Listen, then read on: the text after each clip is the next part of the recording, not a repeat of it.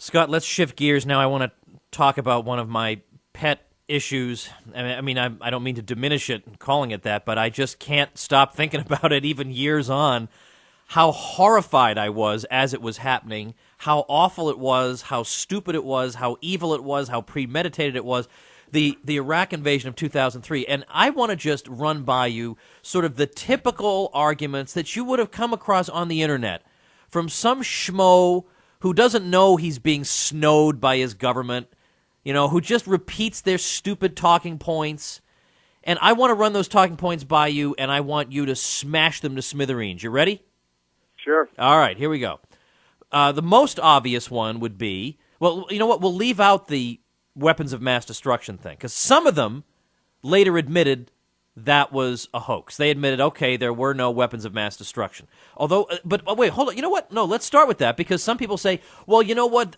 There were weapons of mass destruction, but we just telegraphed our invasion for so long that gave him time to tuck them away somewhere. Now, only an idiot would think he had nuclear weapons. Nobody thinks that. But he had some chemical weapons, which obviously would never have been used on Americans anyway. And he had some chemical weapons, and he shipped them off to Syria, and he had some mobile bio labs, whatever. What's the truth to that? Okay, none of it is true at all. And the big rumor was that, in fact, it was Clapper, our current perjurer in charge of national intelligence, who was one of the ones who pushed the lie the most, that Saddam had moved his weapons to Syria. Well, that's just not true. In fact, they're in the process, all the international inspectors from the Chemical Weapons Division at the UN there are in the process of moving all of Syria's chemical weapons out of the country. And I haven't heard one squeak from them talking about, hey, this is Iraqi stuff. Or anything good like point. that. There's no evidence of that. And in fact, Condoleezza Rice, Colin Powell, George Tenet, George W. Bush, they never claimed that. It was, lower level types, right-wing talk radio propaganda, Weekly Standard, National Review crap. But the actual official position of the government is not that happened. The official position of the government is the Dual Furr report, which concedes the absolute fact that Iraq manufactured no chemical or biological weapons of any kind after 1991. How they did, in fact, lie in 1991 about some of the mustard gas, but then they got caught, and it was all destroyed before New Year's 92. All of it. And then they didn't make another drop of anything after that. And as Scott Ritter and so many others have explained, the entire question of whether maybe they were still holding on to something had been completely resolved in 1995 when Saddam Hussein's son-in-law, Hussein Kamel, defected to Jordan. He talked to the Jordanians, to the CIA, of course, and to the IAEA and the UN, UNSCOM, UN Weapons Inspection Division, and they went through everything. He brought all his papers with him, and he was in charge of destroying every last bit of it, and he brought all the documents with him to prove it. Then he went back to Iraq, and Saddam killed him.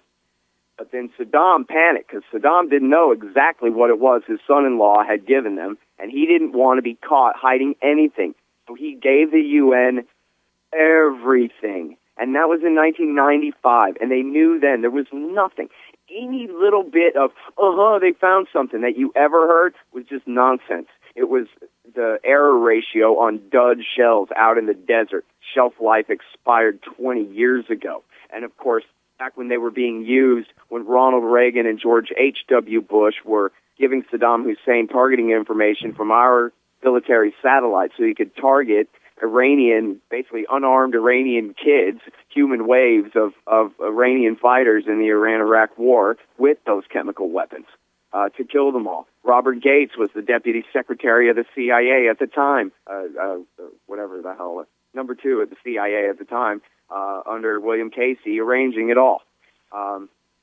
So that's the chemical weapons. The Fox News headline, if you go back and look, when the Dual Furr report came out, the Fox News headline is, official conclusion, no Iraq chemical weapons made, or WMD made, after 1991. Even Fox News had to concede. It just wasn't true. Which brings up the question, but what about all that stuff they said for a year when they said, we want a regime change and we're about to tell you lies for a year straight until you let us do it, okay? And then they commenced with the lies. The aluminum tubes, the mobile biological weapons labs, the warehouses full of sarin and anthrax and VX, and whatever other gases and all the rest of it, the supposed attempt to import uranium from Niger and all that. It was all lies, Tom. They were lying. Now, to a certain degree, perhaps, I guess they say that some CIA analysts just really thought he must have something, but they had no evidence of it. So maybe some of them were honestly wrong, but only honestly wrong with their gut, assumption, but all their facts were outright lies. It just wasn't true, and they knew it. The aluminum tubes, those were never for centrifuges. No, like you said, you'd have to be an idiot to think Saddam Hussein had some advanced centrifuge program in Iraq that the entire world didn't know about. Give me a break.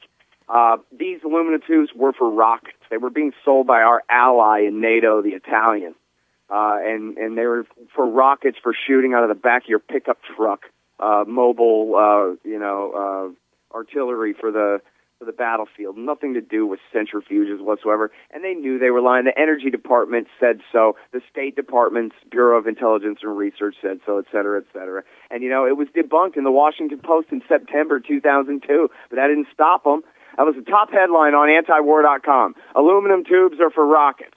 And it was a Washington Post story on page 834 or something from September 2002, and they kept using that talking points, aluminum tubes. Like, what's he going to do, hit you in the head with an aluminum tube? What aluminum tube? Oh, you're telling me he's making weapons-grade uranium, and he's going to make a bomb out of it, huh? Liars. They knew they were lying, Tom.